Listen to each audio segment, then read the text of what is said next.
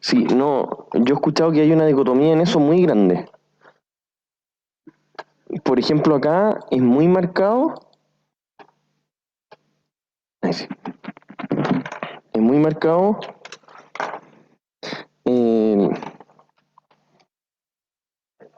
¿sí? ¿Se está escuchando? Ya. No, ya para cerrar, estábamos hablando acá con los alumnos de la sala.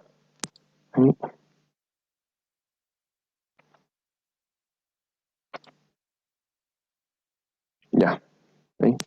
Ya. Eh, para cerrar, en el fondo me decías si en Santiago iban a clase, allá no es tan grande la dicotomía como hay acá. Que por ejemplo acá yo tengo en Fuerza 1, que no sé si ustedes saben, pero están en segundo alumno, vienen, no sé, 40 por sección. Así se llena la sala. En cambio, en la generación de ustedes, yo estaba viendo que es muy bajita la asistencia, en todos los ramos. O sea, 4 alumnos, 5 alumnos. Bueno, ustedes me pueden decir eso, ¿o no? Va por ahí, po.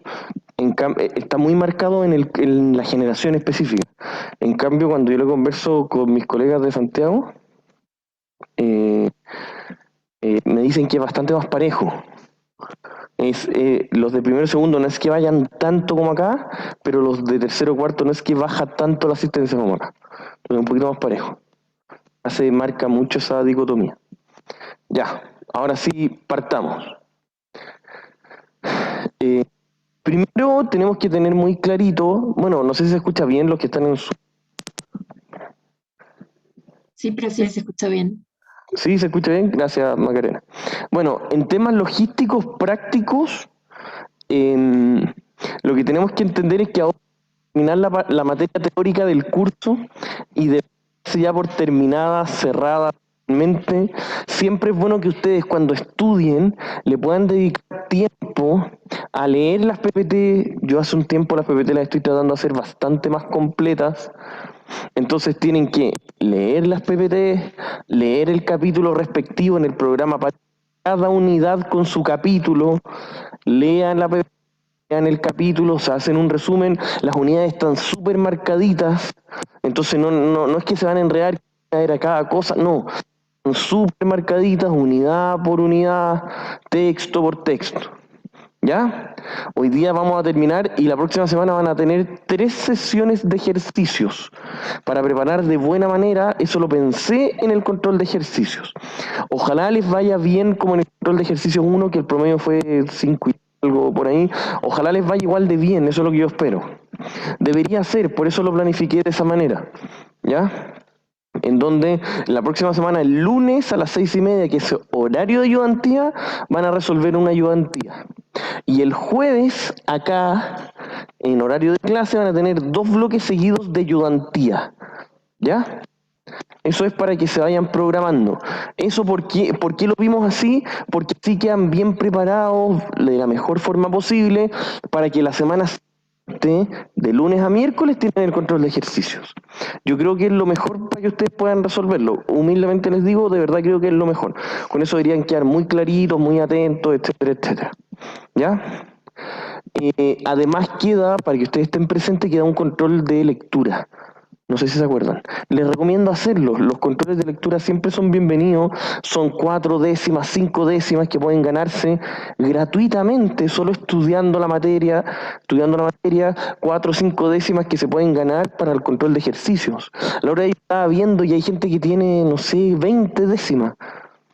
Entonces, eso es bienvenido. Por eso después, cuando estén cerrando los promedios y en el control de ejercicio, pero no sé, un 5 y un 4, subir 20 décimas en eso les puede favorecer mucho.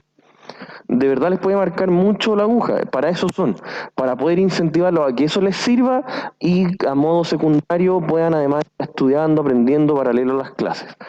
Con eso, ¿hay alguna duda? ¿No? Ya. Lo último, antes de partir con la clase, con orden jerárquico, que es una materia bastante más práctica que las anteriores, es comentarles que les subí las notas de los trabajos. No sé si alguien quedó con alguna duda con eso. ¿Sí? ¿No? No, los que están en Zoom más que nada les pregunto, con los que están acá en la sala ya lo estuvimos conversando harto rato. ¿No? ¿Sí? ¿Todo claro? Ya.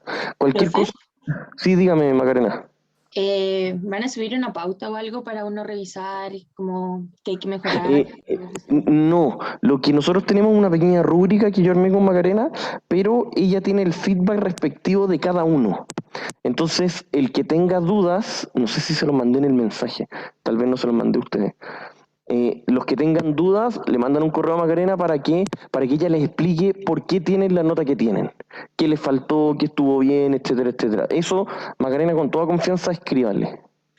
Profe, ¿Ya? ¿y para la entrega 2 se entrega solamente la parte 2 del trabajo o hay que hacer un compilado y subir las dos cosas juntas? No, no, solo la parte 2 nada más. Ya, Eso, gracias. sí. En general en la parte 2 les va bastante mejor. Se los dejo como recomendación. Porque en la parte uno justamente hacen lo que usted está preguntando, Macarena. Como ya lo hicieron, ya lo trataron, hablan con el ayudante, o en este caso la ayudante, y ella les da orientaciones de qué debería tener, porque ella misma después los va a corregir.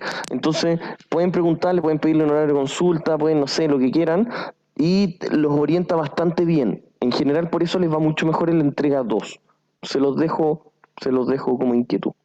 Parece que Tomás había levantado la mano, ¿no? ¿No? Sí, profe, era para preguntar el correo de Macarena, pero ya lo encontré, estaba en el syllabus. Gracias. ¿Qué cosa? Uy, no alcancé a entender. Era para preguntarle el correo del ayudante, Ah, ya, pero ya lo encontré en el syllabus. ya, buenísimo, eso, perfecto. Muchas gracias, Tomás. Sí, está en el sílabo, tal como menciona Tomás, muy bien. El correo de Macarena está en el sílabo, mándale directamente a ella sabe, ella puede decidir, puede subir las notas, no hay ningún problema. Sabe perfectamente cómo trabajamos nosotros con esto. ¿Ya? Ya pues, teniendo eso clarito, ordenado y todo muy, muy atento, vamos a comenzar la clase, la unidad 10 y en el segundo bloque la unidad 11, que es más cortita, que tiene que ver con derivados financieros. Primero, orden jerárquico, impuestos personales y valorizaciones de empresas. Cuando les digo eso, ¿les suena algo? En estricto rigor, estas son 3 subunidades cortitas. Entonces vamos una a una. Si yo les digo orden jerárquico, ¿qué creen que es? ¿Orden jerárquico de qué? ¿De qué será?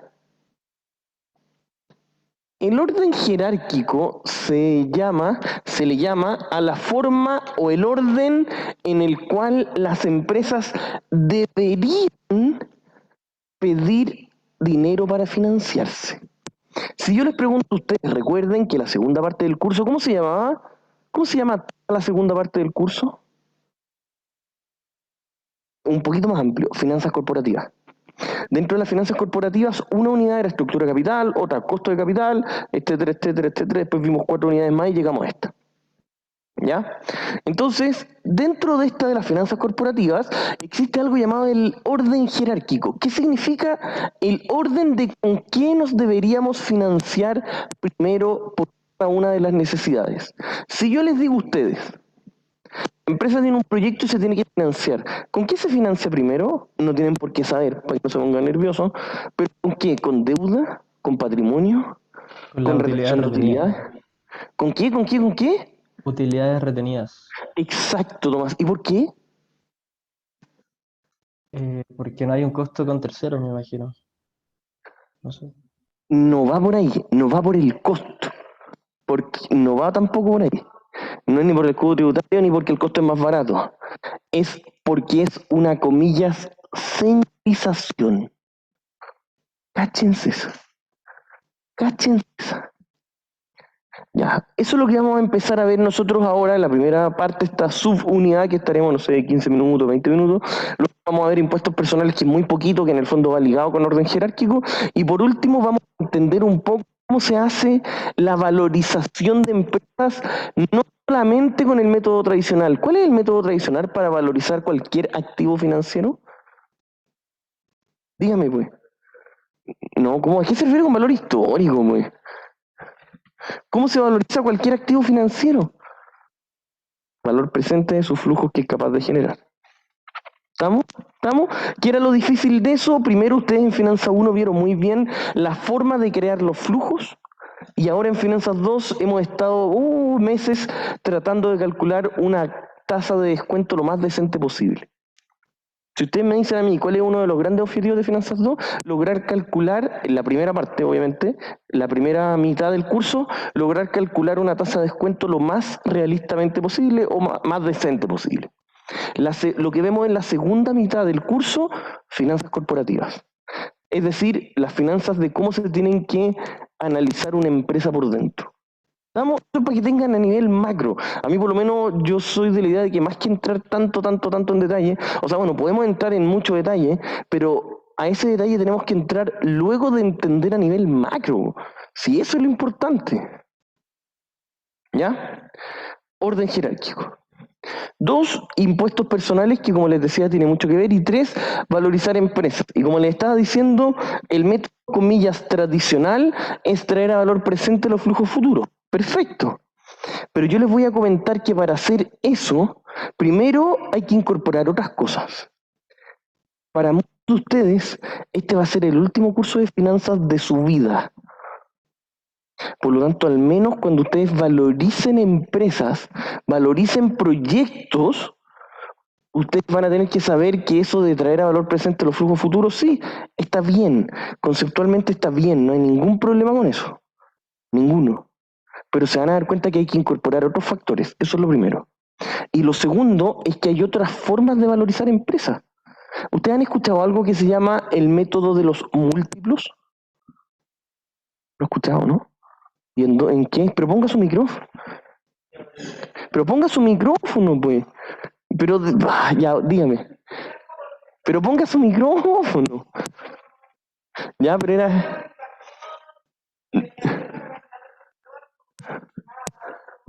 Ya, no tan así, pero en estricto rigor cuando es por múltiplos es cuando una empresa no está transando en bolsa y no tenemos los datos fidedignos, ocupamos otra parecida y ocupamos los múltiplos de esa para calcular esta.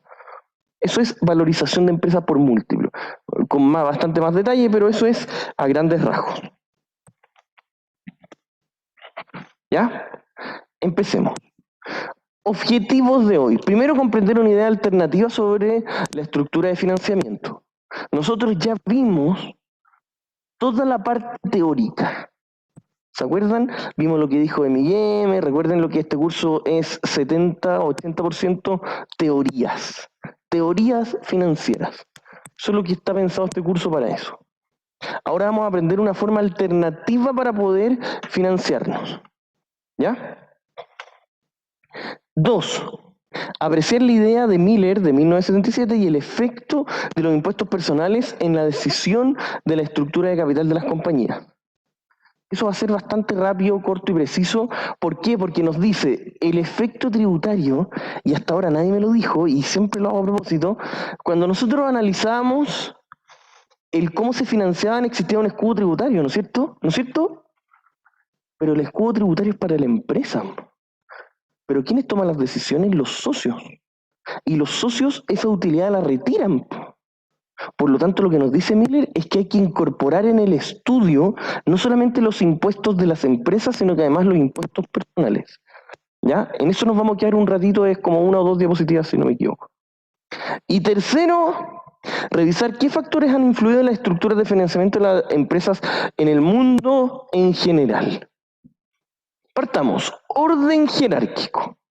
Primero tenemos que entender en dónde estamos. La teoría tradicional, numérica, la teoría un poquito más aburrida de esto, ¿qué es lo que nos decía? Nos decía qué queremos hacer nosotros, cómo lo queremos hacer a nivel teórico, M&M. ¿Quién me puede decir en una frase qué es lo que nos decía M&M? Oiga pues, ¿qué es lo que nos decía M&M cuando no hay impuestos? ¿Cuál es la estructura de capital óptima? Pero ponga su micrófono, pues. Pero yo lo voy a ayudar, póngalo. Pero es que como no se acuerda, ve que me... A ver, espérense, está levantando la mano a alguien. ¿Quién no alcanza a leer? Tomás, dígame. Que los mercados son perfectos y no existe asimetría de información. Ya, pero eso es un supuesto. Yo le estoy preguntando cómo debería financiarse la empresa en un mundo sin impuestos. Da lo mismo. Bien, Tomás, y muy bien acá en la sala.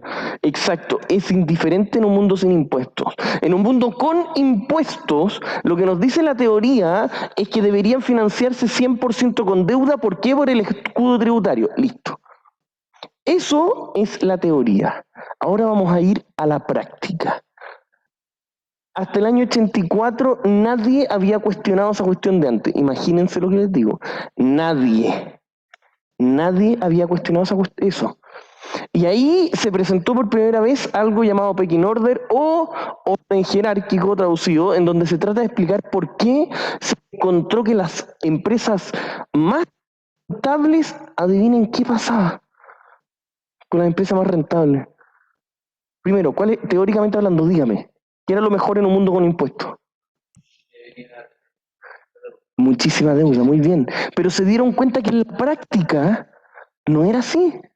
Y no solamente eso, sino que se dieron cuenta que las empresas muy rentables, es decir, que podían endeudar todo lo que quisieran, mire lo que pasaba. No se endeudaban. Eso pasó. Entonces ahí empezaron a olfatear y decir, esta cuestión huele raro. Parece que la teoría que presentó M&M, que es sumamente aceptada, bien, bonito y todo, no es tan real en la práctica. Es lo que a nosotros nos dice. ¿Estamos? Entonces nos dice, las firmas más rentables tenían bajos niveles de deuda, a diferencia de lo que parecería la teoría tradicional, dado que tenían una gran utilidad operacional que utilizar para el escudo tributario y muy bajos costos de dificultades financieras. O sea, lo que nos dice, mientras más rentable era la empresa, ¿cómo iba a ser el escudo tributario más tentador, po? Mientras más utilidad tiene la empresa, veo el escudo tributario encima, en la cara, lo veo ahí, listo. Digo, oye, si la empresa es muy rentable, tiene mucha utilidad, mucho impuesto que pagar, por lo tanto, cada gota que yo pueda quitarle a mi utilidad para el fisco, la voy a agregar para pagar menos impuestos. ¿Y qué es lo que pasó en la práctica? No era así. Y ahí empezaron a darse cuenta, a ver, espérate un poco. Imagínense, cabrón, 80 y tanto, unos años antes que yo naciera.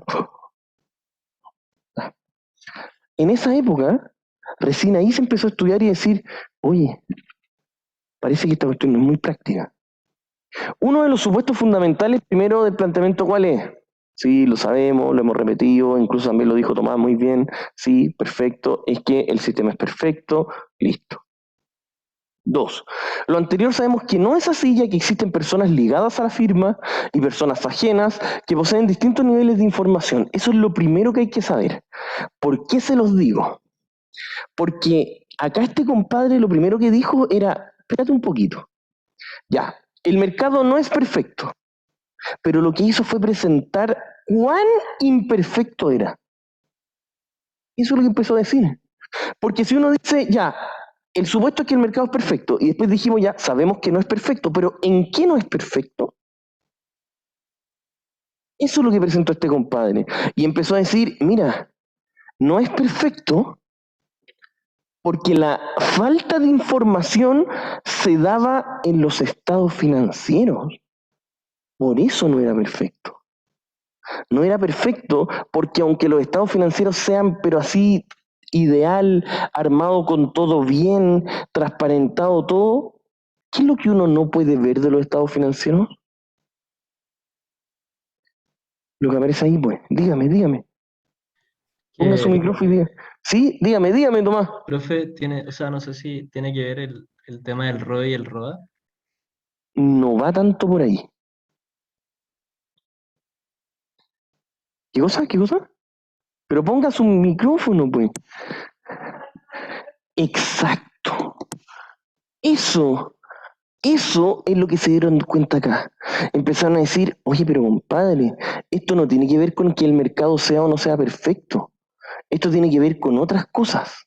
Esto tiene que ver con que tiene que ver con que toda persona que quiera entrar a la organización, ver la organización, hay cosas que nunca va a poder ver, por mucho que el mercado sea perfecto. ¿Cómo qué? Empezó a darse cuenta que las empresas tienen problemas. No sé si ustedes tienen padres, hermanos, tíos que trabajan en alguna empresa, pregúntenle, hay muchos problemas dentro de la empresa, infinitos. Y esa información es con la que no se cuenta. Y por eso acá yo les puse, por más transparente que sean los estados financieros y la comunicación con los inversionistas y el mercado de capitales en general, es decir, sí que si el mercado sea perfecto, no es tanto, ahí no está el problema. Sino ¿dónde está el problema? Es que les va a ser muy complicado o imposible ver problemas como mal clima organizacional, una huelga futura, desperfectos y otra información no pública. Ahí estaba el problema. de que por mucho que el mercado sea perfecto y yo diga, ya, todas las personas pueden ver todos los estados financieros de todas las empresas, pero eso no me asegura que la cuestión funcione bien. Eso es lo que nos está diciendo. ¿Qué tiene que ver lo anterior con las fuentes de financiamiento? Absolutamente todo. Todo. Y recuerden, ese es nuestro punto en clase. Las fuentes de financiamiento, cómo nos financiamos. Ya que cada vez que una firma emite acciones, los inversionistas ajenos pensarán que se las están vendiendo. ¿Por qué? Porque están a un precio superior a su valor fundamental o precio justo. ¿Ustedes se acuerdan? Precio justo.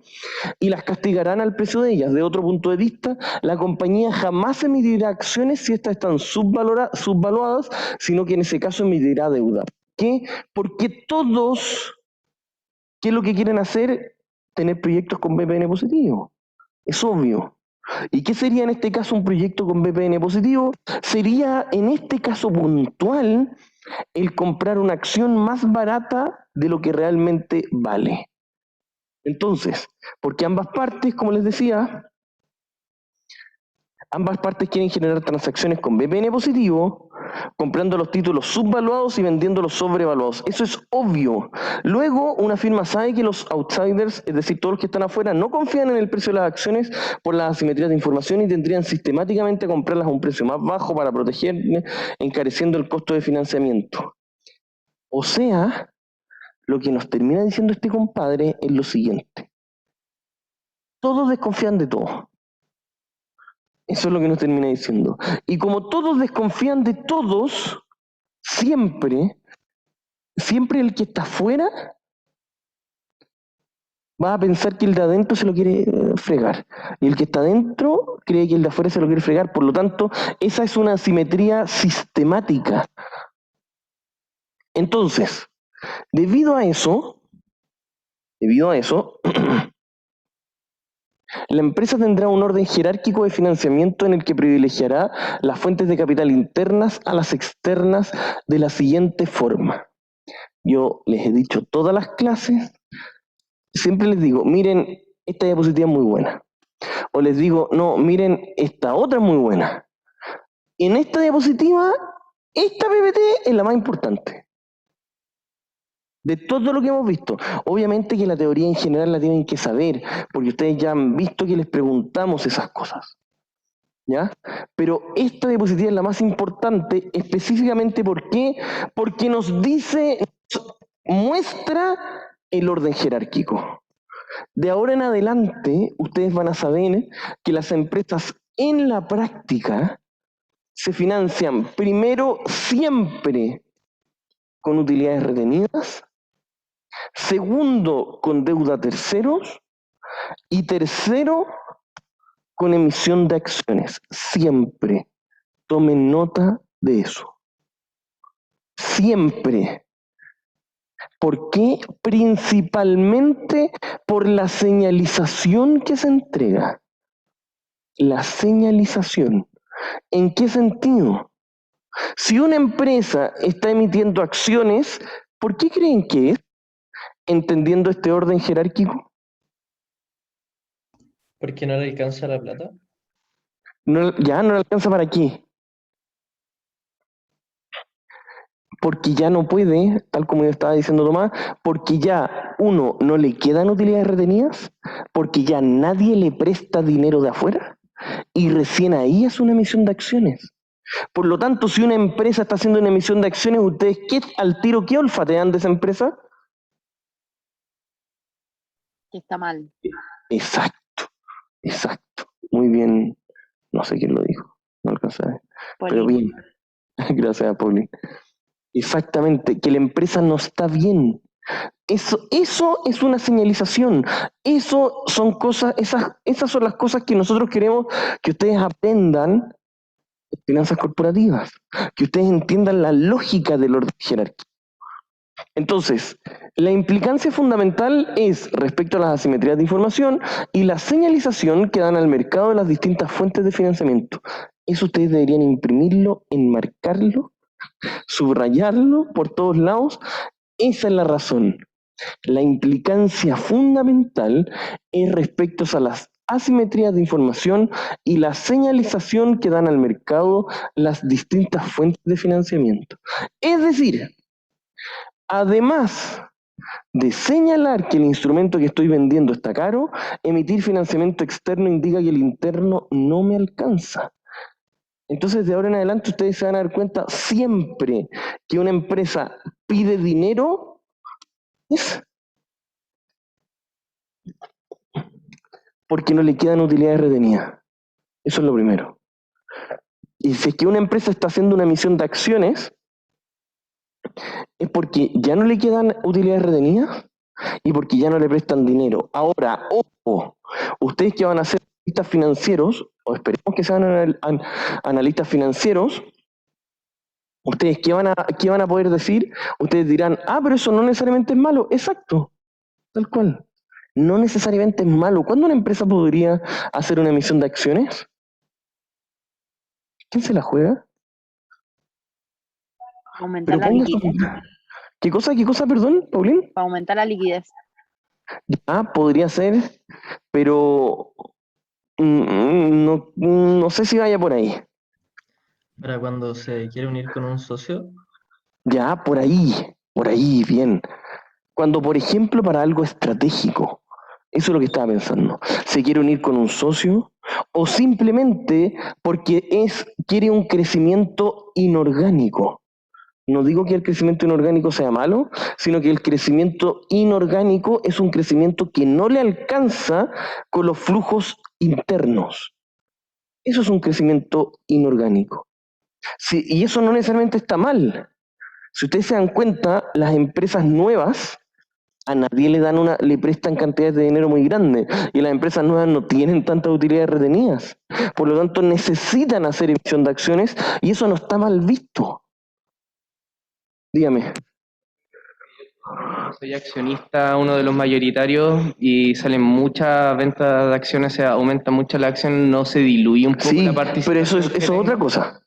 Ya. Primero estamos viendo el por qué se puede financiar. Ahora, lo que usted me dice está muy bien. Es decir, de que si se llegasen a financiar por una nueva emisión de acciones, es cierto, podría llegar a existir, a que se diluyan. ¿Y cómo se diluyen las acciones?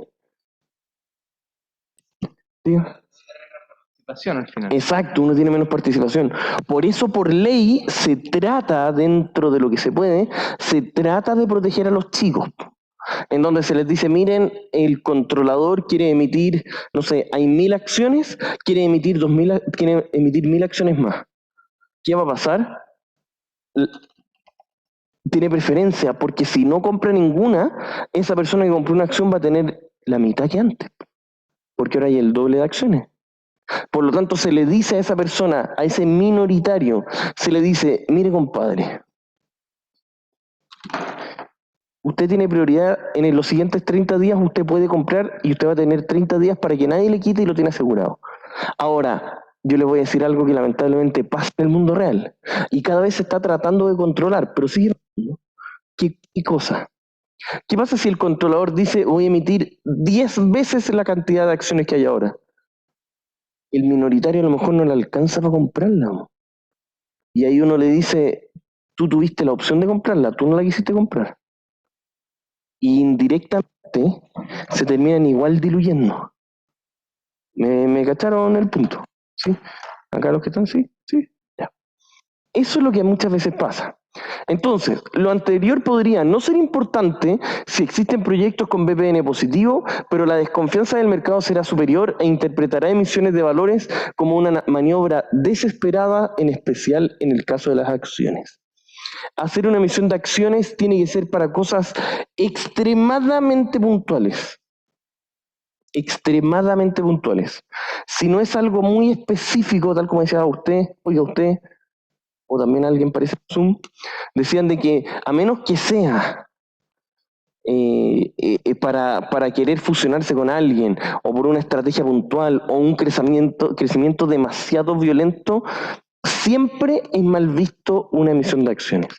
Siempre. Es lo mismo cuando la empresa vende capital. ¿Qué señalización se da? Esto es un paréntesis cuando una empresa vende capital. Exacto, que necesita liquidez y que no le está alcanzando con lo que tiene y que quiere arrancar. Si es así, es una señalización. Otra razón para entender el por qué por qué parece ser que las utilidades retenidas en la práctica son más baratas que los aumentos de capital, porque ambos son capital propio en el fondo, los costos son, la única diferencia es los costos de flotación. ¿Quién sabe lo que son los costos de flotación? ¿Qué le suena algo, no? Costos de flotación. ¿Sí? Pero ponga su micrófono, pues. Ya, pues. Si va bien, pero bueno. ¿Sí? ¿No? ¿Nadie?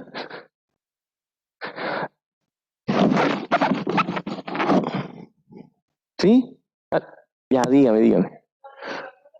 De emitir acciones, Emitir nuevos instrumentos, muy bien. los trámites. Exactamente. Y es un poquito más que solo trámites, pero sí, se refiere a los trámites que hay que hacer. Cada vez que se hace una emisión de acciones, el ente financiero que apoya a la emisión cobra un porcentaje. Por lo tanto, el hacer una emisión de acciones es carísimo. Entonces uno dice, a ver, ¿o me financio con utilidades retenidas? ¿O me financio con una nueva emisión de acciones, pero me va a salir un 10% más caro? Esa es la diferencia. ¿Me van siguiendo? Por lo tanto, por un lado, nosotros sabemos que siempre vamos a querer primero utilidades retenidas, luego pedirle a terceros y luego hacer una nueva emisión de acciones. Ya vimos por qué. Porque vimos que el tema de la señalización es clave. Por lo tanto, y luego ya yendo un poquito, ya vi, entender esa parte, orden jerárquico, entender cuál es la forma en que se tiene que financiar primero, segundo y tercer lugar, siempre. ¿Ya? Luego, siguiendo con el señor Miller, nosotros nos dimos cuenta de lo siguiente. Cáchense lo que nos dice y que antes no lo habíamos tomado en cuenta. Primero, que el verdadero valor del escudo fiscal o el escudo tributario sería solamente la segunda parte de la suma y no siempre sería positiva. Eso es, pero trascendente totalmente con lo que hemos visto. ¿Por qué? ¿Por qué era positiva? Porque lo que nosotros gastábamos disminuía el pago de impuestos. Bien, ningún problema. Pero ¿qué pasa si los impuestos personales son mayores aún? ¿Nos va a afectar o no? Lo que nos dice el señor Miller en esta teoría específica nos dice lo siguiente. Primero,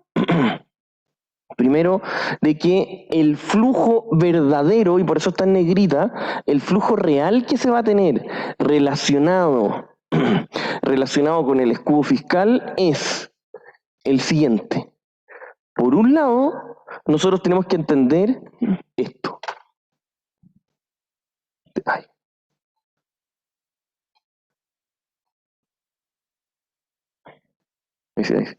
Sí.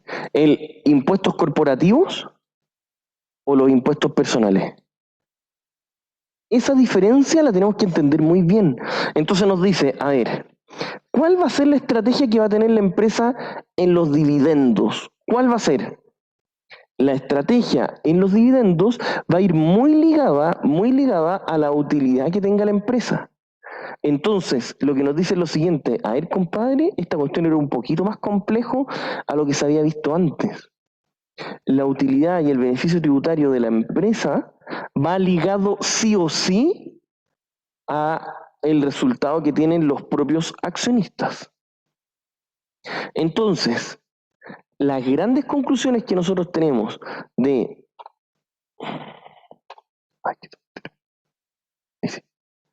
Las grandes conclusiones que nosotros tenemos de la forma que tenemos de los impuestos es lo siguiente, de que los impuestos personales y los impuestos corporativos, en este caso puntual, nos van a afectar directamente a la forma en que se hacen los retiros de las empresas, siempre. Entonces, el caso chileno es un poquito más distinto a lo normal. No sé si ustedes saben, pero una persona que sea dueña de títulos corporativos, no sé si saben, pero no paga impuestos. No sé si ustedes sabían. Si una persona compra una casa, la vende, no sé si ustedes saben, pero paga impuesto por el diferencial. Eso sí, porque es una propiedad física. Pero en Chile, cuando una persona tiene, por ejemplo, es dueño de acciones y las vende, no tributa ese diferencial. Los dividendos sí. Cuando los dividendos se hacen efectivos, a la persona le sube el global complementario. Las acciones no. Mire, eso es lo que hace un tiempo, bueno, esto ya saliéndonos un poquito de la materia, es lo que hace un tiempo se estaba presentando dentro de la reforma tributaria, de que se quería que esas exenciones no deberían por qué están. Yo no me voy a pronunciar si es bueno o malo, eso es así nomás, es así. Y lo tenemos muy claro acá. En especial la aplicación al caso chileno es interesante porque existen acciones que tienen presencia bursátil y estas están exentas del pago de impuestos a las ganancias de capital. Por lo tanto, estas compañías tomarían una menor cantidad de deuda porque financiar vía patrimonio es más barato, obviamente.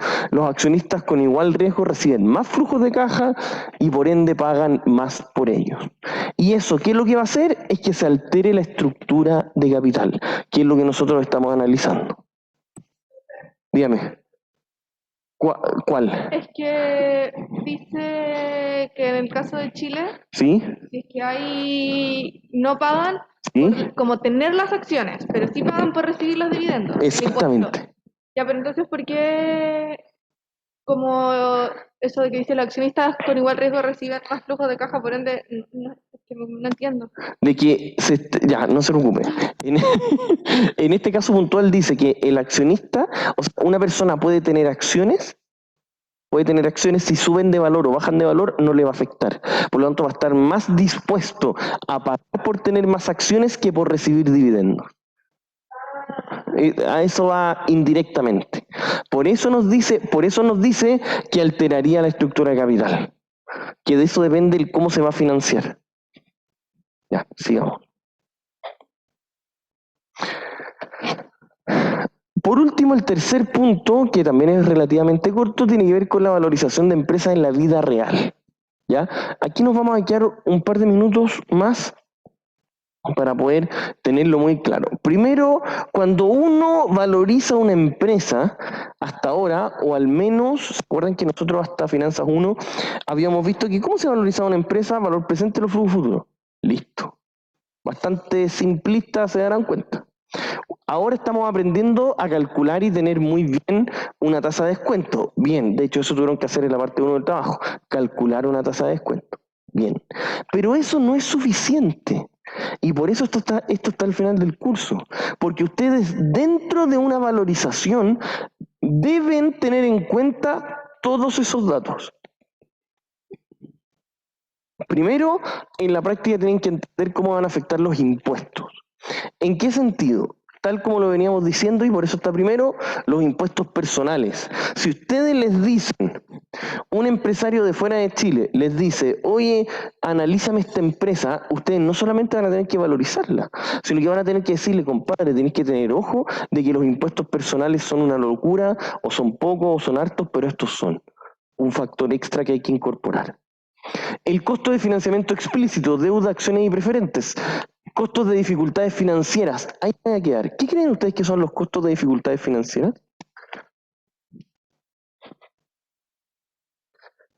Se acerca mucho. Diga, pero ponga su micrófono, pues. Ya, el costo de insolvencia y no solamente eso. De que en algunos países el pedir un crédito es muy difícil. Y eso se puede cuantificar. Y no solamente un crédito, sino que en general a nivel financiero.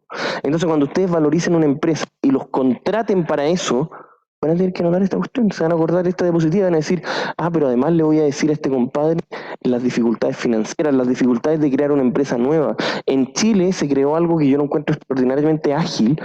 Yo nunca me pronuncio si algo es bueno o malo, pero por lo menos es extraordinariamente ágil. No sé si lo han escuchado esto, que es empresa en un día, exactamente, muy bien. Que eso por lo menos hace que los trámites sean menos burocráticos. Democratizó mucho el crear empresas. Señalización financiera, asimetrías de información. Creo que... perdón, Tomás, dígame, te levanto la mano. Sí, no, que tenía una duda, no me quedó muy claro el tema de los impuestos personales, no sé si lo puede explicar de nuevo. Sí, por supuesto.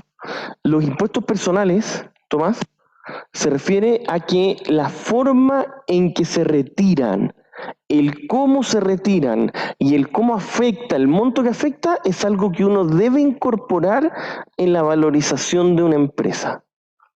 A eso se refiere. No sé si será su pregunta, la verdad, Tomás. Ya, gracias. Sí, eso. Asimetría de información. Si ustedes quieren hacer una empresa, sin ser despectivo, pero hacer una empresa en un país desarrollado es muy distinto a la asimetría de información que hay en un país subdesarrollado. No digo ni que sea ni bueno ni malo, pero son muy diferentes. Y eso hay que tener en cuenta para valorizar. La naturaleza de los activos. Uy, esa cuestión es extraordinaria. Yo se lo he dicho varias veces. ¿Cuáles son las empresas de mayor valorización, de mayor valor bursátil del mundo? ¿Ah? Los tecnológicos, y son principalmente por su activo, exacto, tal cual, son principalmente por su activo intangible. Por lo tanto, esa cuestión es clave, pero en un país relativamente desarrollado es clave, po. Pero ¿qué pasa en un país un poquito menos desarrollado? Probablemente te van a decir, ya, pero a mí me da lo mismo si todo activo intangible es mucho. Yo creo que me pongáis arriba de la mesa una casa como colateral. Eso pasa. Y eso pasa mucho, más de lo que ustedes creen. Por lo tanto, la naturaleza de los activos es clave. Después, clasificación de riesgo, evidentemente. Si ustedes valorizan una empresa, ya van a calcular una tasa de descuento. Bien. Pero cuando ustedes les pidan valorizar, les van a decir, oye, ¿y cuál es la clasificación de riesgo que tiene esa empresa? ¿Y cuál es la clasificación de riesgo que tiene el país? ¿Y cuál es la clasificación de riesgo que tienen los principales competidores? ¿Y los de región? Etcétera, etcétera. Tiempo y especulativas del mercado, flexibilidades e historia financiera de la compañía. En realidad esas cosas son fundamentales, pero como les digo, si no lo hubiésemos visto ahora, ustedes no lo tendrían ahí presente. Todo eso es necesario para valorizar empresas. ¿Estamos? El traer a valor presente el flujo de caja es una parte importantísima. Me atrevería a decir, Tomás, dígame. Sí, otra duda es que no sé si podría dar ejemplos de la naturaleza de los activos, tangible e intangible. Me imagino que intangible podría ser, no sé, un pase de un jugador, pero como dijo eso, Es exacto, tiene mucho que ver con eso. Es, por ejemplo, Tomás, cuando usted quiere valorizar una empresa que tiene solo activos intangibles, no digo que sea malo, pero hay que ver en qué nos va a afectar eso. ¿Qué pasa si usted dice, oye, tengo una marca increíble, pero esa marca que nosotros tenemos que es increíble, en ese país nadie nos va a prestar ni un peso? ¿Por qué? Porque, por ejemplo, Tomás, las políticas para prestarle plata es que pongan como colateral un activo físico. Listo, usted no tiene nada que hacer. ¿Ya? Y algo Eso que va a es afectar mucho. intangible, ¿cómo se puede medir? ¿Y el cómo se puede medir? ¿En cuánto pueden castigarlo? En la práctica. Es decir, mira, si tú tienes un activo intangible, tienes que pensar que equivale al 50% de los activos tangibles. ¿Ya? Sigamos. Flexibilidad e historia financiera de la compañía también es clave, también es algo que ustedes tienen que saber, tienen que tener muy clave, muy encima de la mesa. ¿Por qué? Porque cada vez que nosotros decimos, oye, la empresa tanto, tanto, tanto, quiere ser valorizada, ¿qué pasa si la empresa tiene un pésimo historial financiero? Por mucho que ahora en adelante tenga un proyecto bueno, si tiene un pésimo historial financiero, algo tiene que decir. ¿Qué pasa si uno de los socios es un compadre que hace las cosas me das turbia? ¿Qué pasa? Eso hay que incorporarlo. Eso es parte de lo que ustedes van a tener que hacer con el análisis. Por último, ustedes tienen que saber que existen, podríamos decir, 3 formas de flujos de caja. 3 tipos de flujos de caja. Primero, el que hemos calculado siempre, el del WACC. Traer a valor presente con el costo de capital promedio ponderado. Perfecto. Bien, ningún problema. Segundo, ustedes tienen que entender también que existe cuando hay flujo de caja también, pero valor presente ajustado. ¿Cuál era ese? ¿Alguien se acuerda o no? ¿Se acuerdan o no? ¿Sí? ¿No? El valor presente ajustado es cuando nosotros traemos una tasa que tiene cierto riesgo asociado.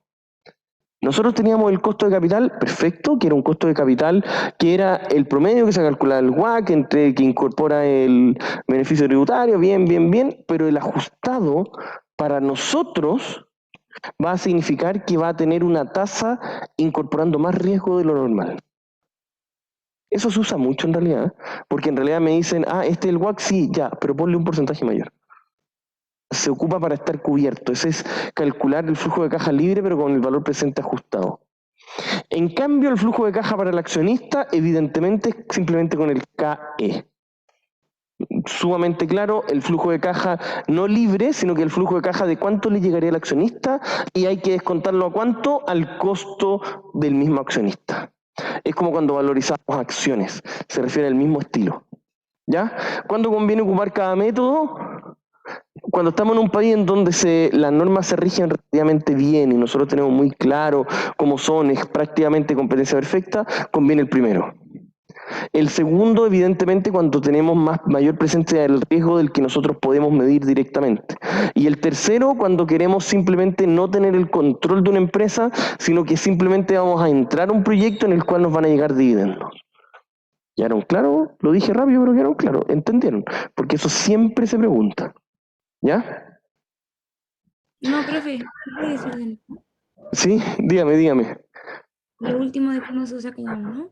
Sí, el primero se utiliza generalmente cuando existe, no una competencia perfecta, porque ya vimos que los mercados no son perfectos, pero cuando hay relativamente solvencia. El segundo, cuando el país es relativamente más inestable, cuando el mercado tiene mayor incertidumbre, etcétera.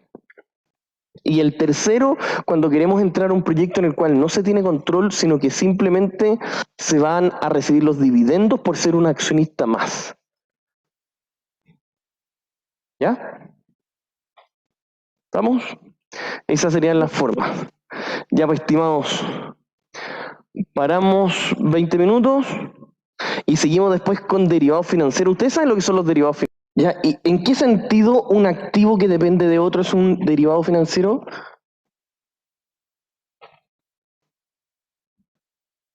¿Sí? No, Oiga, no sé, pues. lo saqué un poco por la palabra, en verdad. Ya no se preocupe, Tomás. Por lo menos estaba tratando de participar, lo cual ya es muy bueno. ¿Alguien sabe? Oigan, ¿ustedes saben? ¿Usted? ¿No? ¿Y usted?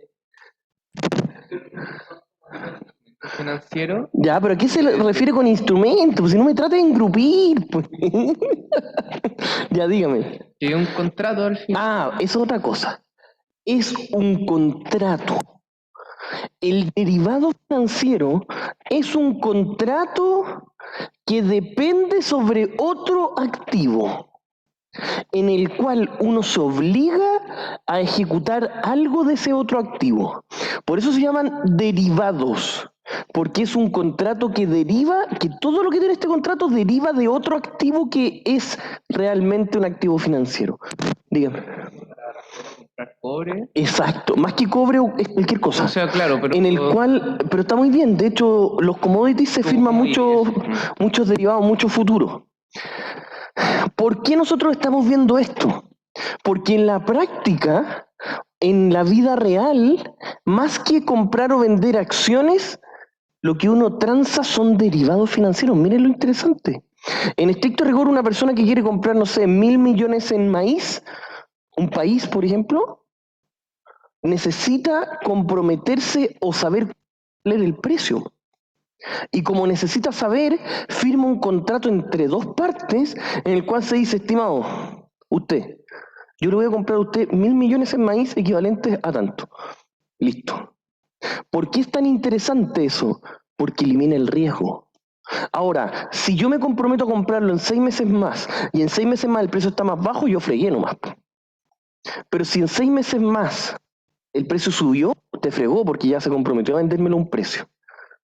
Esos son derivados financieros, contratos en el cual te obligan a comprar o vender, o contratos en el cual por haber pagado una prima chiquitita tienes la opción de comprar o vender en un mediano plazo. ¿Estamos? Empecemos. Oh, no sé si se puede hacer. Ahí sí. Primero entender qué es un derivado y qué lo diferencia de un activo, comillas, normal. ¿Ya? Como ya les decía, en estricto rigor, uno puede comprar o vender activos, como les decía, comprar o vender maíz, o yo puedo comprar o vender un contrato para comprar maíz después. Esa es la diferencia. En la práctica, no es que uno vaya y compre maíz al tiro. En la práctica, se firma un contrato para comprar maíz después. En general se hace así. Y eso, pero ponga su micrófono, pues. O sea, como una acción o Se transa como que- como si fuera una acción, perfecto. Se transa en los mercados financieros y hay mercados solo de derivados. Ahora los derivados se transan más que los activos, comillas, normales. Imagínense lo importante. Por eso ustedes, terminando este curso, que es para muchos de ustedes el último curso financiero, tienen que al menos saber lo que es esto. Si entran al Magíster de Finanzas, nosotros vamos a ver que existen principalmente 3 tipos de derivados. En un ratito, si entran al Magíster de Finanzas van a tener un curso completo por cada tipo de derivado, para que más o menos dimensionen lo importante que es. ¿Ya? Entonces, muchas veces el término, comillas, derivado puede ser confuso, pero una definición muy simple puede ser la siguiente. Los derivados son instrumentos financieros cuyo valor depende o deriva de otro activo subyacente mucho más básico. ¿Por qué más básico? Porque en general uno transa estos contratos con cosas casi commodities. No sé, lo que más se transa en Chile de este tipo son los más básicos que se llaman forward, que son, y principalmente los forward de tipo de cambio. Imagínense esta empresa, una importadora. ¿Ya? Sabe que tiene que pagar en 6 meses más $100.000, pero no tiene el dinero todavía.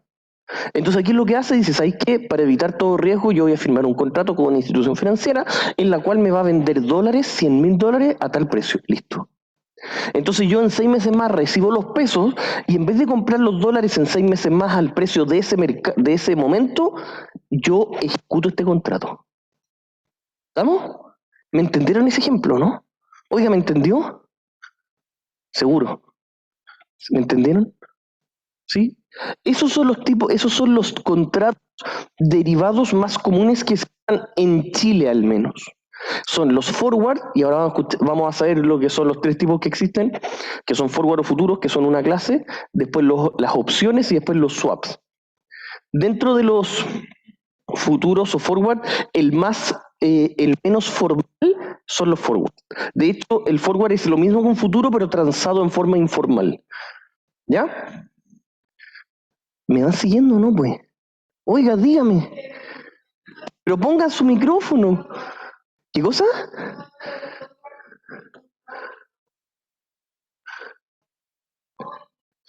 De una economía a lo mejor. Sí, pero ¿entendieron? Ya, buenísimo. Entonces, hoy en día los instrumentos derivados son muy usados en mercados financieros desarrollados y profundos, y aunque una mayor profundidad de mercado puede ser beneficioso, deben tener ciertas precauciones. Lo anterior puesto que una de las principales causas, por ejemplo, de la crisis financiera del 2008 y la causa de varias dificultades financieras de la crisis 2011, ha sido impulsada por la especulación con derivados. Es decir, ¿qué pasa si yo tengo un contrato para comprar en un año más maíz? Y mucha gente tiene un contrato para comprar en un año más maíz. ¿Qué va a pasar con el precio del maíz? Probablemente un año más se va a disparar, porque mucha gente va a estar demandando el producto. Y con eso uno puede eventualmente manejar con especulaciones algunas áreas del mercado. Por eso es tan sensible y tan delicado. ¿Ya? La mayoría de las personas tendería a pensar que los, comillas, profesionales de las finanzas generalmente son los más capaces de armar, transar, resguardar estos productos, pero esto muchas veces desconocen los factores de riesgo que se generan. ¿Por qué? Porque los derivados financieros son un instrumento demasiado específico. Ahora último se están utilizando más. En los países más desarrollados hay bolsas en donde se transan solo derivados. Cáchense esa. En Chile no hay. No hay una bolsa solo para eso. Y se transan muy pocos derivados. Los que les dije, incluso vamos a ver que algunos derivados no se han transado nunca. Opciones nunca se han transado. En Brasil yo sé que hay una bolsa que está transando un poquito más de opciones. Y eso es todo en Latinoamérica. Profe, Dígame, dígame pues.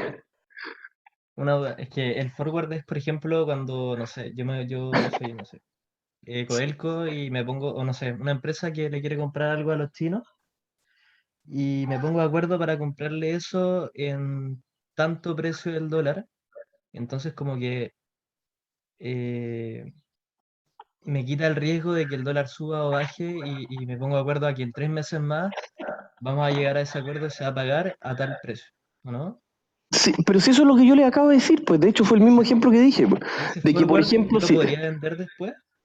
Por ejemplo, sí, ese contrato uno lo puede vender, ¿o no? uno lo puede, ¿qué? ¿Uno lo puede vender ese contrato? Sí, pues, pero ¿qué es lo que pasa? Es una pregunta muy buena. ¿Se podría vender ese contrato? Sí. Quien se lo compre es muy difícil que se lo compren. ¿Por qué? Es un forward y no un futuro. El futuro, un contrato futuro es exactamente lo mismo que un forward, pero cumple con ciertas normas específicas. Entonces, comprar o revender en el mercado un forward va a ser muy difícil. ¿Por qué? Porque el forward puede decir cualquier cuestión.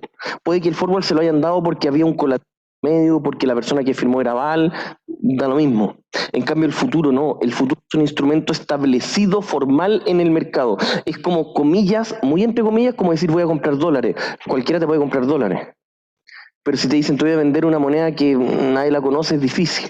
Entonces lo que hice Tomás es una pregunta muy buena, muy buena. ¿Alguien te podría comprar un forward? De poder sí, pero es muy difícil vender un forward porque está hecho una medida muy específica. No va a estar, no va a ser transable en el mercado. ¿Entendió Tomás? Esa pregunta fue muy buena, de hecho. Oiga, Sí, es pues que Tomás. me acuerdo que, sí, me acuerdo que una vez Vaya, con el profe Eberhard ya. de Macro 2, nos contaba que se podían hacer esas cosas, pero no me acordaba si era como era una opción o era un forward, no me acordaba el tipo de el nombre. Ahora ahora les voy a explicar todos los que existen. ¿Ya? Que existen principalmente 3 tipos o familias de derivados y ahora últimamente se están creando unas cuestiones más raras que no sé qué. Yo por lo menos un par de años que no me meto directamente a transar, pero sí tengo muchos cercanos, compañeros de curso de acá, que están metidos en el día a día y me dicen que ahora están generando una cantidad de instrumentos raros porque el mercado cada vez va desarrollándose más. Ustedes lo que tienen que tener claro es entender la lógica para que cuando les toque meterse en el mercado financiero, cualquier cosa que pase la entiendan. ¿Ya? Entonces, además, los derivados financieros no deben ser vistos solamente como, comilla, problemas especialistas, sino que también varias personas se verán enfrentadas a situaciones en las que tendrán que valorizar un derivado, en especial opciones, ojo, aunque no se dedique a las finanzas. Ya, aquí viene la parte importante. Cáchense. Los derivados en general pueden clasificarse en 2 categorías, los muy básicos y los exóticos. Donde los más utilizados en el mercado chileno son los primeros, los muy básicos. ¿Para qué les voy a mentir? Yo creo que nunca se van a transar exóticos, o por lo menos hasta mucho tiempo más no se van a transar derivados exóticos acá en Chile. Entre los básicos y son los más utilizados son 3 familias. Tomen nota. Familia 1, oiga, pues tome nota, pues. Familia 1, ponga ahí, familia 1, F1, 2 puntos. ¿Ya? Oiga, pero anote, pues. Ya. Familia 1, futuros y forward. ¿Están todos anotando? Oiga, Tomás, ¿ustedes están Zoom, están tomando nota? Oiga, Sí, pues. profe, sí, profe, sí, profe. Ah, ya. Familia 1, forward y futuros. Ya les voy a explicar lo que son cada uno. Familia 2, opciones. Anoten, vayan anotando. Familia 3, los swaps. ¿Ya? ¿Estamos? Ya, ahora les voy a explicar lo que es cada uno. Los futuros y los forwards son en esencia lo mismo, que es lo que ya les había dicho al principio, firmar un contrato en donde se obliga a una parte a comprarle o a venderle a la otra. Listo. ¿Cuál es la diferencia entre futuro y un forward es que el futuro es un instrumento oficial, formal, con cierta estandarización. Por ejemplo, ¿de qué puede estandarizarse? Futuros para comprar maíz, algo tan estándar que nadie puede tener duda de qué estoy comprando. Eso es un futuro. Y se transa en el mercado, etcétera, etcétera. Los forward son exactamente lo mismo, pero entre privados. Por lo tanto, si usted quiere, no sé, comprarle algo, bueno, pueden ser muchas cosas raras, pero firmar un contrato para obligarse a comprar algo a futuro a tal precio, sea lo que sea, puede ser. ¿Por qué? Informal entre privados. Pero sigue siendo un forward, no deja de ser un derivado financiero. ¿Ya? Cualquier producto específico, no solamente monedas. En Chile lo que más se ocupan son los forward de monedas, por el ejemplo que les decía. El obligarte a comprar o vender a cierto precio, a un tipo de cambio, una cantidad de dólares, por ejemplo dólares. Estoy diciendo el ejemplo más básico. ¿Ah? En UEF, lo que sea. Pero ponga su micrófono ya, si no podemos seguir, pues ya póngalo. Pero póngalo, pues. Ya, es que el ejemplo que dio es muy bueno. Claro, vender en UF. En lo que sea. Eso es un forward, muy bien, está muy bien su ejemplo. ¿Ya? Entonces pueden comprar o vender lo que sea, lo más típico en Chile, porque de nuevo les digo, el mercado financiero en Chile es muy poco desarrollado. Siendo que en Chile en general es desarrollado para la región. Es desarrollado, pero en esto no, todavía estamos lejos. ¿Ya? Lo que más está empezando a entrar son estos, por ejemplo, las empresas medianas, grandes, que no sé cómo les digo. Imagínense el siguiente ejemplo. Se importan algo de China, ¿ya? Y el chino les da 6 meses para poder pagarle. Ustedes traen la mercancía, se la venden al retail, el retail se las pagan 4 meses más. Cuando ustedes reciben la plata, le pagan al chino. Pero la plata la van a recibir en 4 meses más. Por lo tanto, en ese momento van a comprar los dólares. Entonces ustedes pueden decir, y en realidad, para no estar expuesto a que cuando el retail me pague en 4 meses más, mejor al tiro fijo un tipo de cambio. Aunque sea más o menos, pero lo fijo al tiro. Así elimino la incertidumbre. ¿Estamos? ¿Estamos claros? Ya, bien, muy bien. Este es el contrato más básico que se tiende a hacer entre partes, entre privados, entre una empresa, una pyme, una mediana, una gran empresa y una institución financiera, por ejemplo, un banco. Los futuros son exactamente los mismos, pero son transados formalmente. En Chile no existen. No, voy a ser un poquito más precavido. Yo no he revisado en el último año, quizás se está transando alguno formal, no me consta. De hecho, me da la impresión de que no. En una bolsa. ¿Exclusivas para...? No, no. Ah. No, podrían haber de que se transen en otras, pero en general en los países hay bolsas exclusivas para eso. En general. ¿Ya? ¿Entendieron la lógica de los futuros y los forward? Ahora vamos a un instrumento que es un poquito más desarrollado, que valorizarlo, tal como les dije antes, es un poquito más complejo, que son las opciones. ¿Qué creen ustedes que es una opción?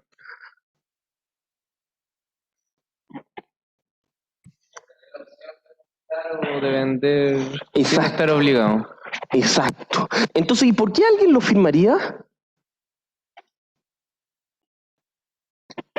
Porque te están pagando por anticipado. Yo voy a pagar, no sé, una prima de 1000 por poder elegir si lo compro o no lo compro, la cantidad de dólares, por ejemplo. Entonces alguien puede decir, ah, pero mira, yo necesito el mismo ejemplo de antes. En 4 meses más, necesito comprar $100.000. ¿Ya? Pero yo, en vez de... Es como una garantía, pero la firmo por anticipado, firmo una prima por anticipado. Es decir, el contrato de opciones uno valoriza cuánto vale la prima por comprar esa opción. ¿No? En eso hay un mundo, yo les digo en serio, si quieren entrar a las finanzas, que es algo muy bonito, que me encanta, que yo siempre trato de incentivar de que entren a finanzas, van a tener cursos completos de eso, porque hay mucho donde desarrollar, van a aprender a valorizarlas. Entonces uno dice, ah, pero ¿cuánto vale la prima? ¿Cuánto estoy dispuesto a pagar hoy? ¿Y cuánto sería el precio spot, que es el de ahora, menos lo que debería valer si lo traigo a valor presente? Ese diferencial es el precio que estoy dispuesto a pagar por el contrato. Eso tiene un desarrollo gigantesco y se pueden hacer muchas cosas más entretenidas. Y estamos partiendo. Después, si alguien quiere, yo le puedo enseñar, o si después puede entrar al magíster, hay formas de, por ejemplo, arbitraje, hay formas de cobertura exacta que se llama. Tomar un derivado a cierto precio, tomar, por otro lado, una opción por otro precio y uno puede eliminar el riesgo. Por eso los derivados son un instrumento tan bueno cuando se sabe usar bien, pero cuesta. Es algo que en general no es tan usado porque es algo difícil de usar. Ya. ¿Estamos? Ya, me van siguiendo. Ya. ¿Para qué se pueden utilizar los derivados? Generalmente para 3 cosas. Perdón. Y los swaps son una mezcla de un futuro forward doble. ¿A qué me refiero doble? Que se hace se venden activos proporcionalmente cruzados. Es decir, yo me comprometo a venderte a ti y tú te comprometes en el mismo contrato a venderme a mí. Eso es un swaps, es como un trueque. Es como 2 contratos futuros juntos. Bueno, sí, a ver, algo entre nos. Les digo así entre nos. Uno puede hacer lo que quiera en la finanza. Si un compadre se le ocurre mezclar un futuro con un forward con una opción, háganlo. Nadie se lo impide. Nadie se lo impide. La otra vez yo tenía un compañero que trabaja en el Deutsche Bank en Berlín, que salió acá, que era compañero mío del magíster, en donde él me dice que cada vez hay instrumentos tan raros que son coberturas perfectas exactas. Exactas. O sea, hay un instrumento, ya ni siquiera es como alguien, usted quiere un futuro, esto es solo futuro. No, se toma lo que usted necesita y se hace un traje exacto a la medida. Está tan desarrollado el mercado financiero que cada vez se van tomando, y si tomo un derivado para dejar fijo el tipo cambio y dejo por otro lado para dejar fijo la compra de petróleo y por otro lado una opción en vez de, y hacemos la cobertura perfecta o perfecta dentro de las posibilidades. Usted me iba a decir algo. Entonces, como les decía, el tipo de cambio, en especial dólar-peso, es el mayor subyacente de contratos en Chile. Como les decía, es un contrato para comprar otra cosa. Esa, comillas, otra cosa es el activo subyacente. Comprar un activo subyacente. En este caso nos dice el tipo de cambio, en especial dólar-peso, es el mayor subyacente para contratos derivados en Chile y los forwards son los más usados en los derivados. Lo que le estaba diciendo. Otros tipos de subyacentes son, como también les comenté, UEF, tasas de interés. Eso es muy bueno. Cuando uno tiene una tasa de interés flotante y yo le digo al banco, mire, yo le voy a comprar este crédito, pero a cierta tasa. Puede que, imagínense, ¿qué está pasando ahora con la tasa de interés de los créditos? Está subiendo y lo cual yo encuentro que está muy bien. Ustedes no se acuerdan, no sé si esto se lo he dicho a ustedes, o parece que fue en otro curso. Ustedes no se acuerdan, pero el año 2000, finales del 2011 y todo el 2012, ¿saben en cuánto estaba la tasa de interés? 5,5, 5,25. Ustedes saben que los tramos son de a 0,25. Por 2 años a 5,5 la TPM. ¿En cuánto está ahora? Ya, pues ustedes son ingenieros comerciales, pues están a semanas de ser colegas míos. Ya, pues ¿cuánto está? Pero saben que está alta. Está a 2,25. Y en esa época tuvo 2 años a 5,5. Entonces esta cuestión de que está alta, sí está alta, pero proporcionalmente porque como estábamos en una pandemia, ¿qué fue lo que hizo el Banco Central? Tenía que incentivar la economía y tiró las tasas a piso. Llevamos como año y medio con la tasa en 0. Lo que pasa es que la subió un poquito, pero bajo mi percepción sigue siendo poco lo que la subió. Eso es otra cosa. ¿Me van siguiendo lo que estamos hablando o no? ¿Cachan más o menos el contexto país en el que estamos? ¿O no? ¿Sí? ¿Los que están en Zoom? ¿Sí? Oiga, Tomás, pues, ¿está por ahí? Acá Oiga, estoy, pues, acá estoy. ¿me va siguiendo con lo que le digo? Sí, claro. Ya. Ya. También, pues. Pero como que no se me ocurre. Es que, por ejemplo, de partida hay que entender lo que es un índice. El índice es anexarse a un ETF de un índice. Por ejemplo, si yo quiero rentar lo mismo que está rentando el IPSA, que es el índice acá, yo simplemente me voy a firmar un derivado para que todo lo que me dé un instrumento sea igual a eso. Una tasa. Una tasa. Si los índices son tasas. Es solo para entenderlo como contexto. La tasa en Chile es 2, y tanto. ¿Qué es lo que pasa? ¿Qué es lo que está pasando? Las tasas no son tan altas. Lo que pasa es que el riesgo país está subiendo. Entonces, como el riesgo país está subiendo, ¿qué es lo que está pasando con los créditos hipotecarios? No es que estén más caros porque sí, si los bancos tienen el mismo costo de fondos, si hay riesgo, lo del 2 y tanto, es el mismo costo de fondos. ¿Qué es lo que pasa? Como el riesgo país subió, pensar a más allá de 20 años es imposible para un banco. Y los créditos hipotecarios ahora, no sé si vieron la noticia, se están dando solo a 20 años. Pero eso era lo normal hasta el año 2000. Ustedes no se acuerdan porque no habían nacido. O estaban naciendo. ¿Ya? Profe, y aparte también se está pidiendo como un sueldo que uno tiene que tener bastante alto para que tenga el crédito. No va tanto por ahí, Tomás. No va por ahí.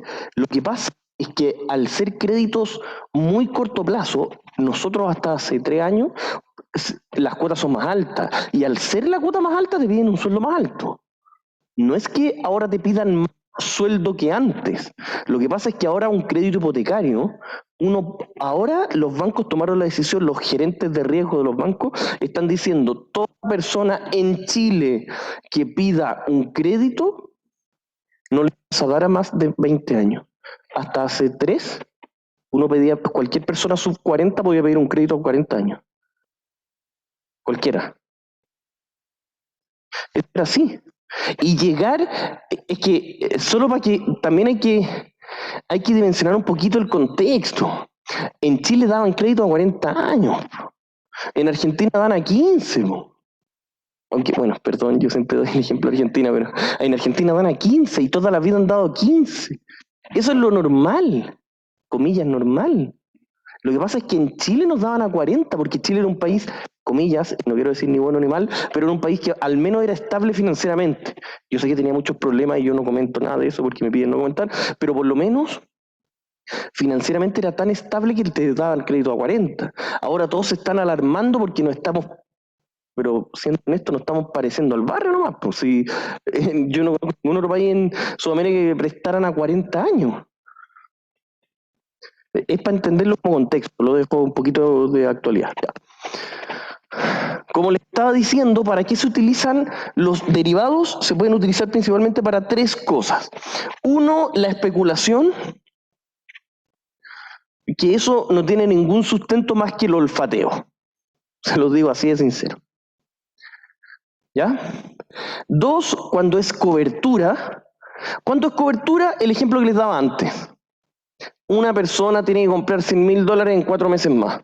Y dices, ¿sabéis qué? Yo en realidad voy a firmar este contrato futuro, este forward, que es como lo más básico, lo voy a comprar, lo voy a firmar este contrato porque la única razón por la que yo compro estas cuestiones es para eliminar el riesgo. Eso es cobertura. Y tercero, cuando existe arbitraje, que ustedes, algo que ya vimos, es lo que era el arbitraje. ¿Qué es lo que era el arbitraje? Ya dígame, ¿qué es lo que era? Ganar a todo evento. Es, por ejemplo, si yo veo que el dólar ahora está a 100 y yo firmo un contrato para comprarlo a 90 y lo dejo firmado y establecido, es ganar a todo evento. Eso es. Yo me comprometo a firmar cierto precio y por otro lado firmo otro contrato a venderlo más caro. Eso es ganar a todo evento. Eso es cuando yo firmo cuando hay arbitraje. ¿Existe el arbitraje? Sí, pero muy poco. ¿Se acuerdan el ejemplo que yo les decía del billete 20 lucas? De que si está en el piso, no se acerquen, porque mientras se estén acercando va a desaparecer. Hoy hay unas tallas tan fuertes que nos tiramos de eso, pero bueno, lo voy a dejar ahí para no... Eso es arbitraje. Entonces ustedes tienen que saber. Eso ya lo sabían porque se lo había comentado en clases anteriores, pero ahora en los derivados se utiliza muchísimo para esas 3 cosas. ¿Ya? Para arbitraje, cobertura y especulación. Especulación, como les decía, es puro olfateo. En el primer caso, que era especulación, si no me equivoco, sí, especulación, habitualmente para apalancar inversiones, ya que los contratos derivados poseen un valor mucho menor que el subyacente, por lo tanto se puede, comillas, apostar más fuerte a un alza o a una baja del precio. ¿Ustedes vieron lo que pasó? Hoy no me acuerdo el nombre de la empresa, pero con este caso de que había una empresa en donde mucha gente se coludió, que eran como personas que se dedicaban a las... eran como gente joven, hoy, ¿cómo se llama el caso? Era una empresa en la que todos empezaron a apostar a que subía, hicieron que se moviera el índice, subió el precio y la empresa la vieron obligada a tener pérdidas. No me acuerdo el caso, se los voy a mandar. Era una empresa, creo que de videojuegos o algo así, ¿o no, profe? ¿De qué ¿Qué le cosa? parece? Que era como de juegos o algo así. Sí, que era de juego, ¿no es cierto, Tomás? Sí, sí, me acuerdo. Eso, ¿se acuerda? Y ahora se acuerda, ¿ves? Uy, uy. Sí, Casi pero que era fueron algo... puros niños, en verdad. Sí, sí, muy bien, Tomás. No, es que acá también lo decían. Sí, muy bien, perfecto. Eso equivale a cuando el mercado es tan, comillas, imperfecto, porque si el mercado fuera perfecto, ¿cuál es una de las características en economía de que el mercado sea perfecto? Que ningún individuo por sí solo puede mover la masa, sino que todos pasan totalmente desapercibidos. Cuando en un mercado es tan imperfecto o la comunicación dentro de las partes es tan fluida, pueden ponerse de acuerdo para mover un precio. Por eso es esto, es apostar al más fuerte. Ya sigamos avanzando, que no estamos demorando mucho. La segunda hora siempre me gusta hacerlo un poquito más tranquilo. GameStop era la empresa, profe. ¿Qué cosa? ¿Qué cosa? Se llamaba GameStop. Ese. Bien, bien tomado. Muchas gracias. Ya. En el segundo caso se utilizan para cubrir ciertos tipos de riesgo que no quieren soportar en el negocio. Por ejemplo, las empresas mineras con el precio del cobre, el oro, la plata, transporte, el precio del petróleo, etc. Ahí hay muchísimos ejemplos. En general y como regla general de economía, cada firma o cada empresa debe dedicarse al ámbito donde tenga ventajas comparativas y si esto no es la proyección de precios u otros factores, ¿qué es lo que se hace? Se compra un derivado. Eso en el fondo es como parte de los modelos de negocio nomás, ¿ya? En donde nosotros sabemos que toda empresa, en donde sabemos que toda empresa se tiene que dedicar solamente a su rubro. Eso es lo que nos dice. En el tercer caso, al igual que en cualquier otro instrumento financiero, los individuos en el mercado no dejarán, comillas, dinero sobre la mesa. Son tallas que nos tiramos. Ya. Y arbitrarán cualquier desajuste de precios en los que se pueda obtener una rentabilidad positiva sin riesgo y sin inversión. Ya. A ver. Aquí está. ¿Están viendo esta fórmula? Esto es la forma de valorizar un contrato.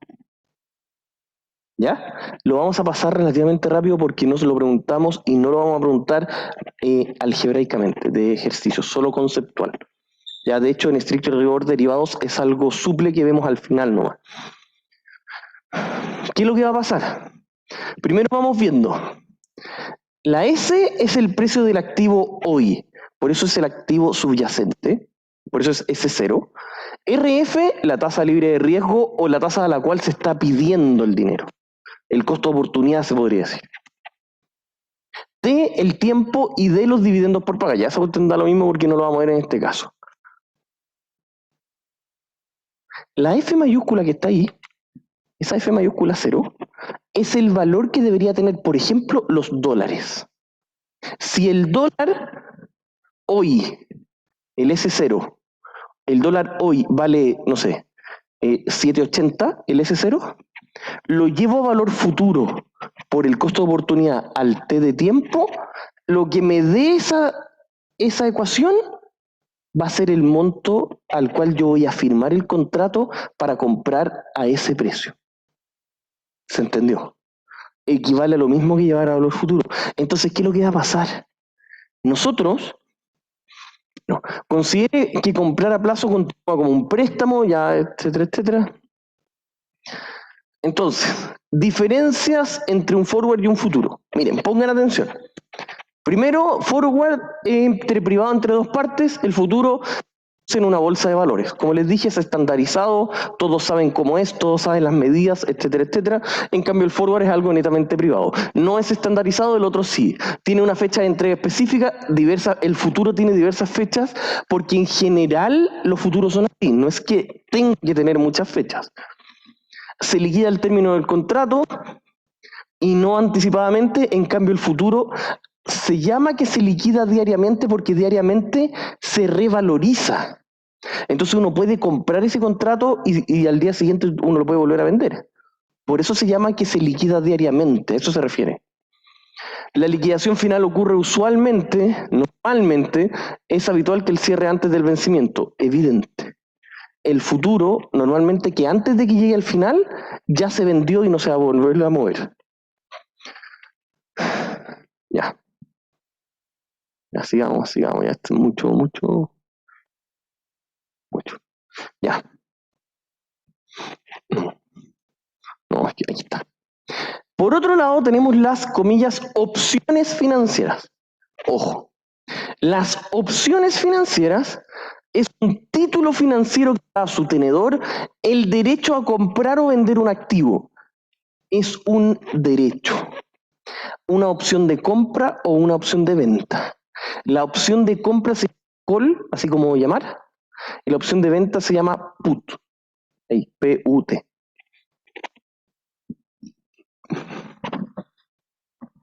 Ahí la definición. Aquí lo voy a leer de nuevo. Por otro lado, dígame, pero ponga su micrófono. Como un...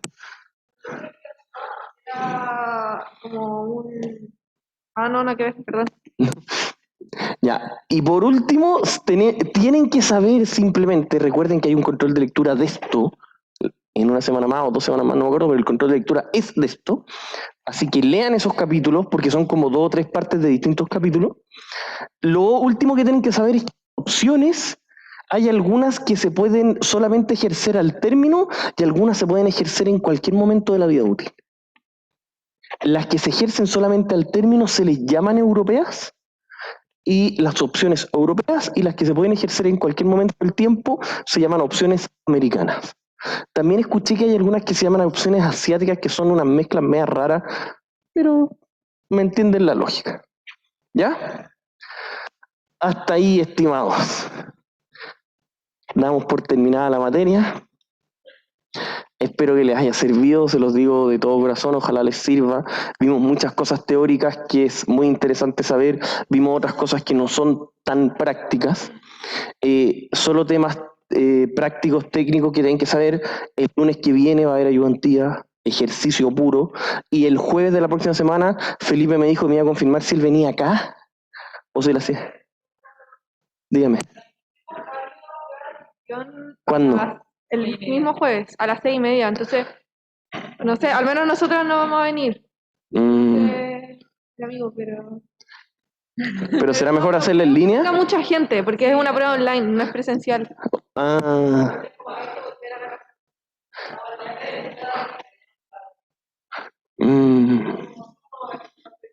Sí, buen punto, ya. Lo voy a analizar con él, a lo mejor sería mejor en línea nomás. Y que la hagan en Excel y chao. Bueno, lo voy a ver, pero serían, la próxima semana tienen 3 bloques de solo ejercitación. Y justo después de eso, de lunes a miércoles, tienen el control.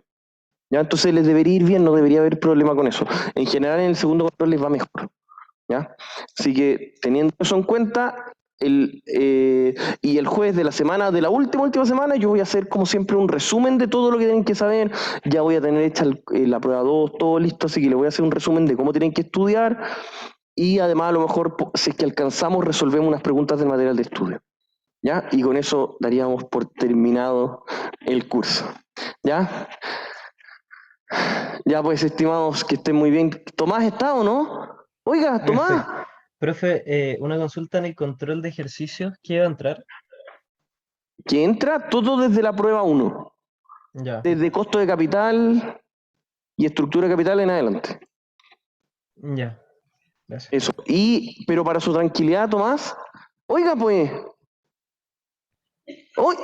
Tomás, pues. Sí, dígame, estoy acá. Que para su tranquilidad van a hacer ejercicios con Felipe que te van a entrar. Así que no se preocupe. La próxima semana van a tener 3 bloques solo de ejercitación. ¿Ya? Ya, gracias. Eso. Ya pues, estimados, que estén muy bien. Mucho éxito.